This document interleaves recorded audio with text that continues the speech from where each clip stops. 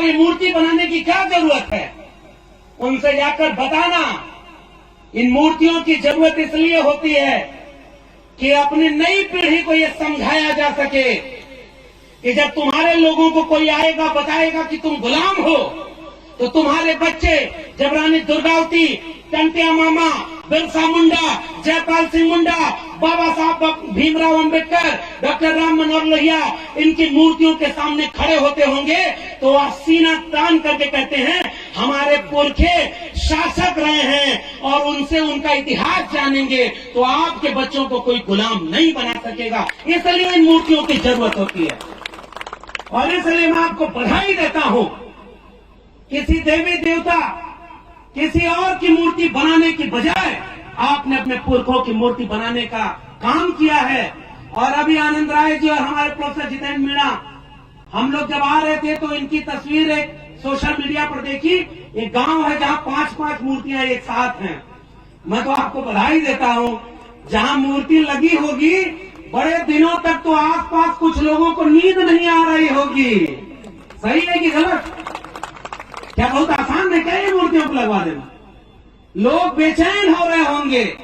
फिर कुछ सरकारी मामा लोग जो मुख्यमंत्री बने हैं उनको लगा होगा कि ये पीले गमछे वाले तो बड़ा एकजुट हो रहे हैं। भाई आज भी तो यहां से पैगाम जाएगा भोपाल तक कि हुजूर वहां टेंट नहीं था, पानी बाल्टी में रखकर लोग पिला रहे थे, कोई बहुत ऐसी व्यवस्था नहीं थी और कोई बहुत पैसा देकर के लाई गई भीड़ नहीं थी।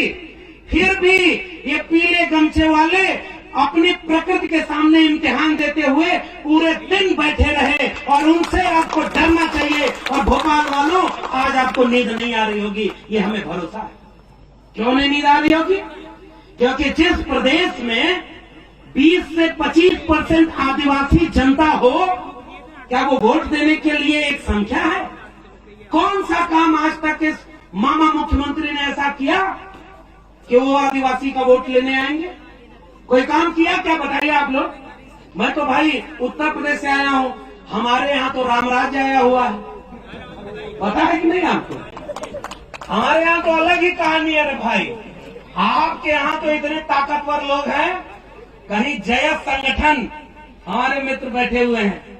हमारी एक शेरनी बहन, मुझे अच्छा लगा जब ये बहन बोल रही थी और आप उन्हें शेरनी कह के पुकार रहे थे, मगर मैं उनकी पीड़ा के साथ अपनी बात जोड़ना चाहता हूं।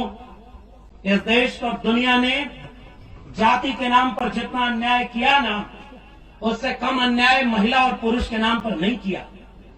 महिलाओं को और दबाया, महिलाओं को घर से नहीं निकलने दिया, महिलाओं को पढ़ने नहीं दिया, महिलाओं को सार्वजनिक जीवन नहीं जीने दिया।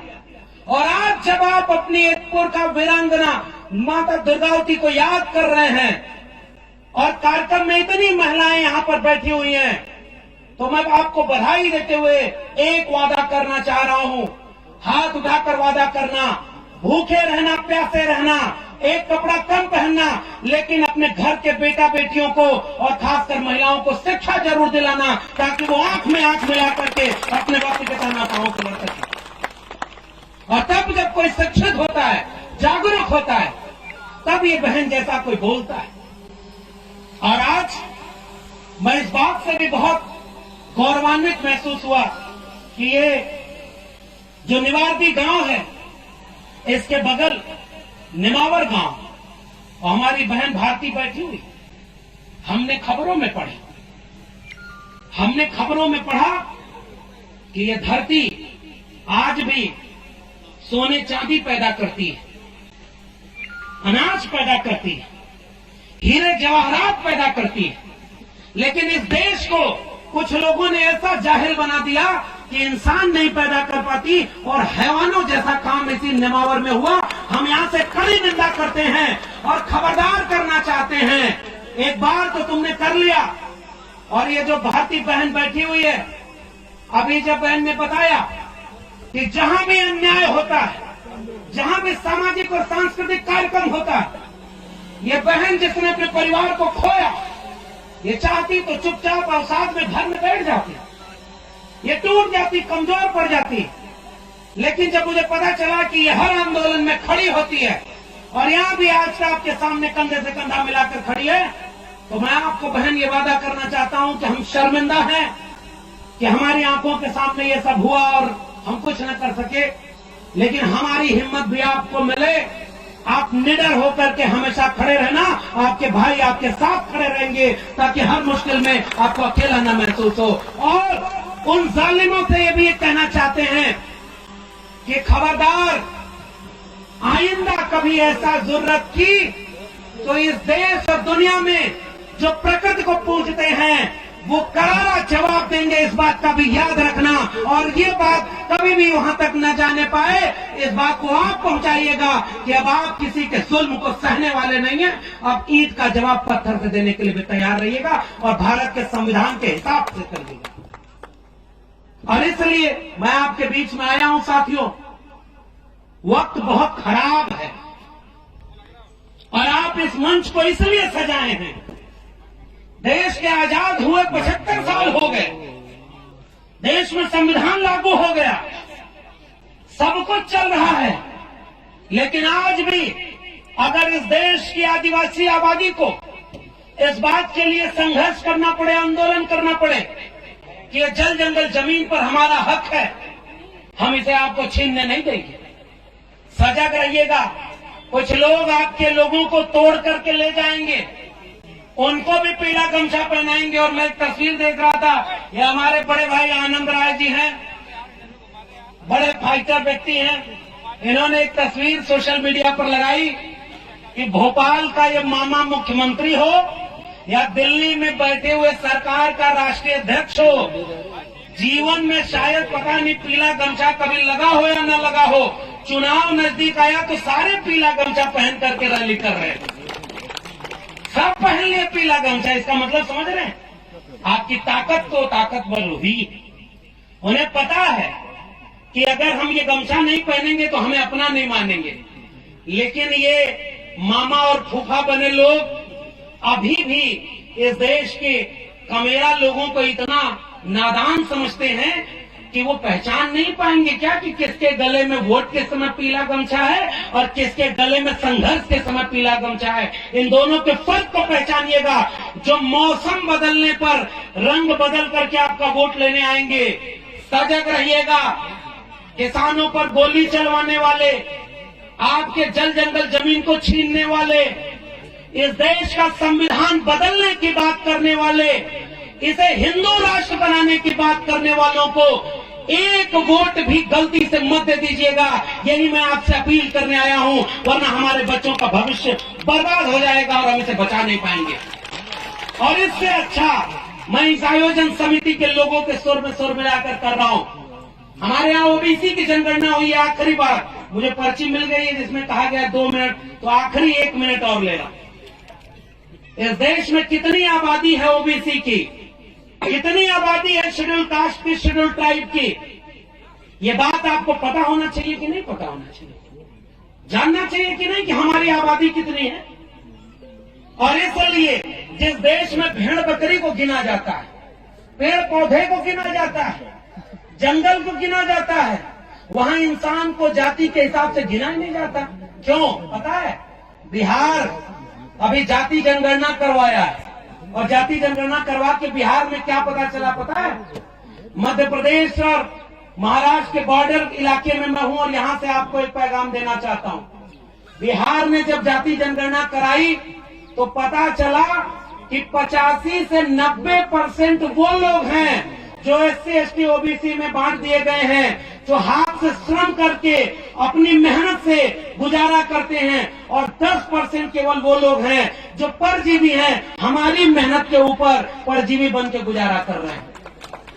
केवल 10% है। अब असली खेल क्या समझ में आया? जिनकी आबादी 10%, उनके प्रोफेसर 90%, उनके डॉक्टर 90%, उनके पास जमीन 90%, उनके पास संपत्ति 90%, उनके पास बिजनेस व्यापार 90%, और हम 90% लोगों के पास 10% भी ये चीज नहीं। बताओ, हमारे प्रोफेसर जितेंद्र मीणा दिल्ली विश्वविद्यालय से आए हैं, हमने आरटीआई लगा के पता किया है 2020 तक इस देश के केंद्रीय विश्वविद्यालयों में 1% भी शेड्यूल्ड ट्राइब का प्रोफेसर नहीं है। अगर आबादी आपके 8 से 9% है तो आपके क्या 8 से 9%, 10% प्रोफेसर आदिवासी के नहीं होने चाहिए? आपको पता है कि नहीं कि सुप्रीम कोर्ट का एक भी जज आदिवासी नहीं है? फिर ये सुप्रीम कोर्ट किसका है? अगर वहां कोई हमारा जज नहीं, हमारा कोई देश में वकील नहीं, हमारे प्रोफेसर नहीं, हमारे डॉक्टर नहीं, हमारे इंजीनियर नहीं और इन जमीनों पर हमारा मालिकाना हक नहीं, तो ये देश हमारा कैसे है? ये देश हमारा है क्योंकि हमारे पुरखों ने इसे लड़कर हमारे लिए बनाया है। लेकिन थोड़े से लोग हमारे लूटने संपत्ति आए हैं। आओ एकजुट हो जाएं कि अपने हक हुकूक के लिए किसी और को लूटने न दें और अपना हक अपने हाथ में ले, तब जाकर के ये देश सबका बनेगा। हम ओबीसी समाज के लोग अपने आदिवासी भाइयों बहनों के साथ कंधे से कंधा मिलाकर खड़े रहेंगे। हमारी संस्कृति बहुत हद तक एक है, हमारी दर्द एक है, इसलिए हमारी दवा एक रहेगी। आप सबको मेरा क्रांतिकारी इस्तकबाल है, उल गुलाम जिंदाबाद है, सेवा जोहार है। हम लड़ाई मिलकर लड़ेंगे और तब तक लड़ेंगे जब तक संविधान को बदलने वालों को कुर्सी से न बदल दें। भोपाल में सरकार बदलिए, दिल्ली में सरकार बदलिए और यहाँ से कोई शासक निकलकर विधानसभा में बैठे जो हमारे और आपके लिए फैसला ले, उसको वोट दीजिएगा। हमारे चैनल बहुजन दस्तक को लाइक, शेयर, सब्सक्राइब देखना मत भूलिएगा। जय भीम, जय भारत, जय संविधान, नमो बुद्धाय। धन्यवाद। चैनल आर्थिक समस्या से गुजर रहा है।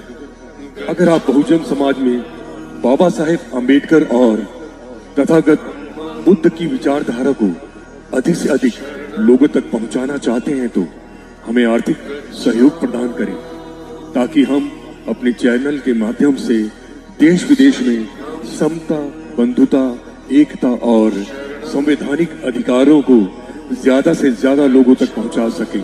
आप अपनी सहायता राशि नीचे लिखे खाते में जमा करा सकते हैं।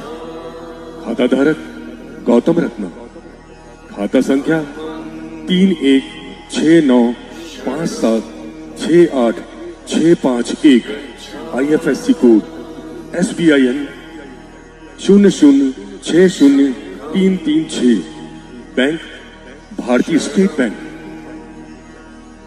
आप हमारे बैंक खाते का विवरण स्क्रीन पर भी देख सकते हैं। जय भीम, जय भीम। मैं गौतम रत्ना आपका बहुजन फिल्म प्रोडक्शन में स्वागत करता हूं और आप हमारे प्रोडक्शन हाउस के अंदर अपना कैरियर बना सकते हैं as a film director, as a producer and actor and actress and editor and cinematographer also. अगर आपको फिल्म से रिलेटेड कुछ भी प्रोजेक्ट आपको बनवाना है तो हमारे पास में पूरा सेटअप है, जिसमें फिल्म कैमरा है, शूटिंग लाइट्स है और एडिटिंग है। सारा A to Z एक ही जगह पर आपको हमारे यहाँ पर मिल जाएगा। तो दोस्तों आप हमें कांटेक्ट कर सकते हैं हमारे नंबर्स पर 9810085714 और 8510005714।